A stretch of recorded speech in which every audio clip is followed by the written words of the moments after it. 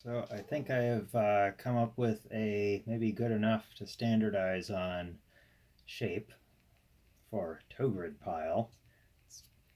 Basically, you take a cube, except each face is shrunk by an eighth of an inch, and then the corners are rounded by another 16th of an inch.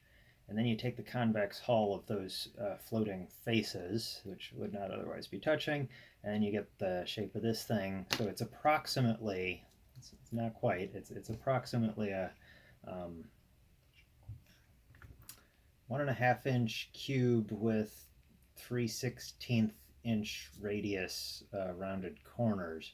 So this is actually a cube. It doesn't have the lip on it, so this can be rotated any which way. This is the thing that you can't do with Gridfinity because it has an orientation, whereas these can be rotated. They're symmetrical on all axes. Although, yeah, so the reason it's not exactly that 3/16 round is because that's hard to 3D print the bottom. So it's kind of this compromise where you have this beveled cube, but then you kind of round the bevels a bit.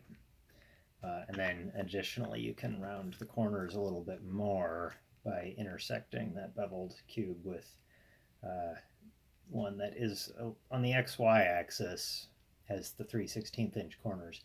And that makes it print a little nicer than if it was actually beveled, because the printer runs into trouble when it hits those sharp corners, so this kind of avoids those.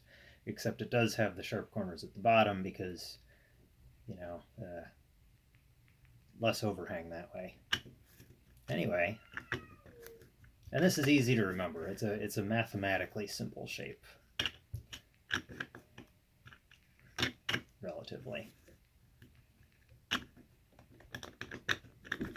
It doesn't seat as securely as Gridfinity, but that's not really the point. It's not going to slide around. Actually, yeah,